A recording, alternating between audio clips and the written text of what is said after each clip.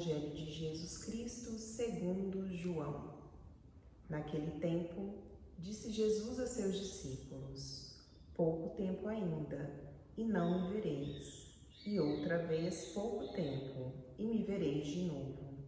Alguns dos seus discípulos disseram então entre si: o que significa o que ele está dizendo?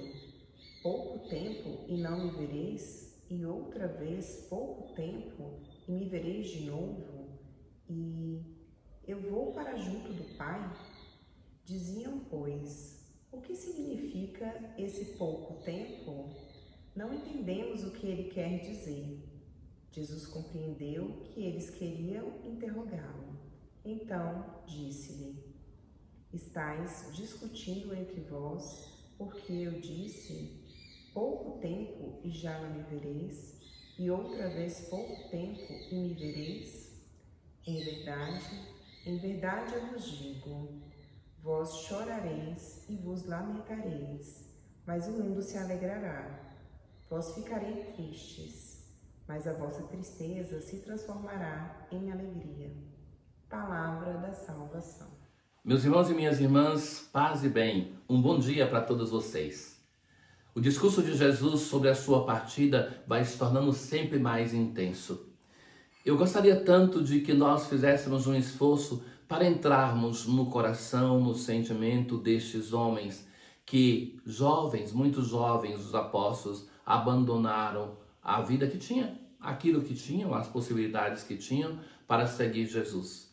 Sabem que quando se faz os estudos da situação social dos apóstolos, sobretudo a escola alemã é muito especializada nisso, se fala que os apóstolos, eles deveriam ser adolescentes, talvez até crianças, sabe? Que deveriam ter aí entre 12 e 15 anos. O mais velho era Pedro, que era casado, lembram que Jesus curou a sogra de Pedro?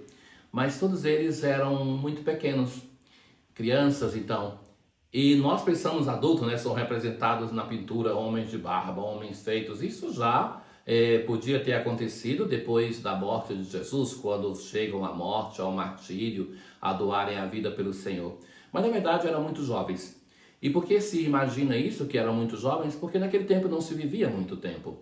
E a idade que uma pessoa se tornava adulto, um homem, era aos 12 anos. Aquele episódio de Jesus no templo.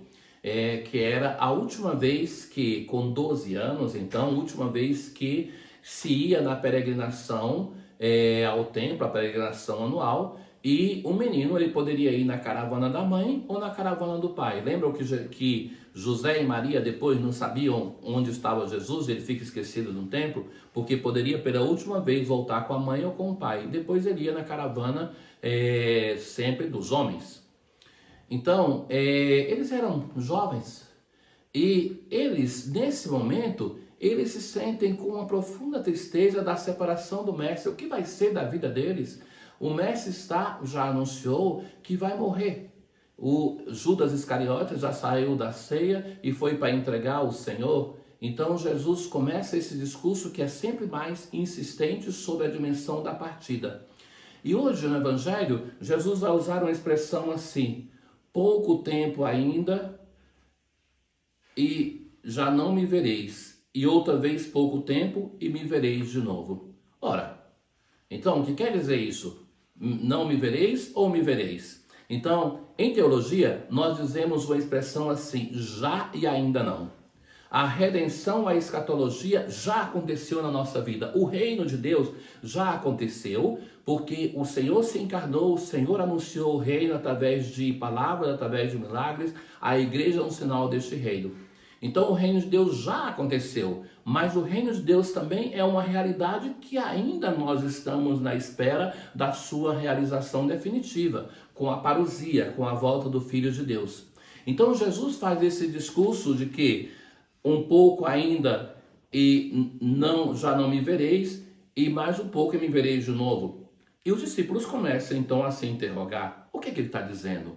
O que quer dizer essa expressão? E também o que quer dizer a expressão eu vou para junto do Pai? Essa expressão se repete tantas vezes no Evangelho de hoje porque Jesus diz: Os discípulos se perguntam, e de novo vai dizer assim: diziam, pois, o que significa este pouco tempo? Não entendemos o que ele quer dizer. E Jesus de novo vai repetir: vocês estão dizendo. Então essa expressão vem aí diversas vezes no Evangelho. Um pouco tempo ainda e já não me vereis. Isso é, o momento que o Senhor, através, primeiro, a cruz, que é a morte que separa o Senhor dos seus discípulos, depois o túmulo, depois a ressurreição, aí eles veem Jesus de novo. Jesus aparece e está com eles por cerca de 40 dias. Então, pensei o que era o coração desses discípulos. O Senhor tinha morrido, a tristeza que toma conta do coração, o Senhor ressuscita, está com eles. Agora sim, você vai estabelecer o reino, agora você está conosco, você venceu a morte. Mas aí chega a Ascensão, que vamos celebrar no próximo domingo.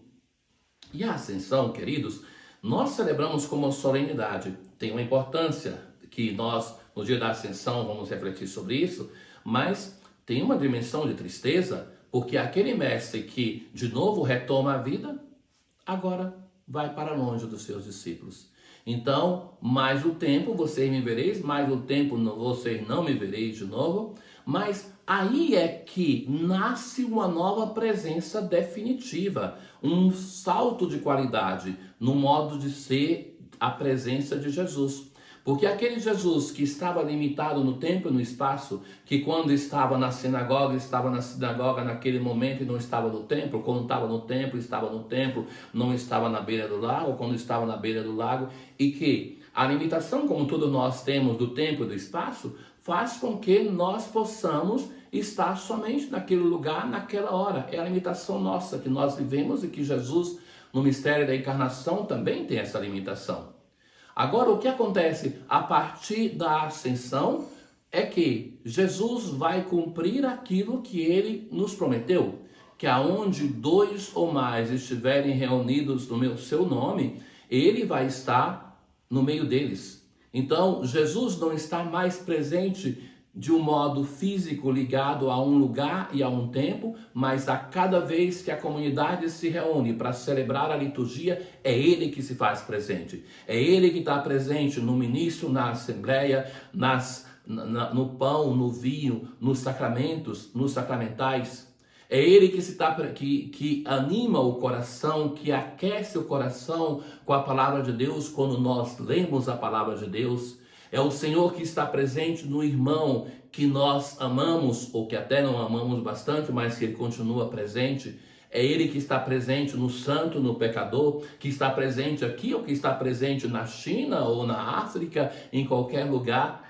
Então, a presença de Jesus tem um salto de qualidade. E isso acontece a partir da ascensão.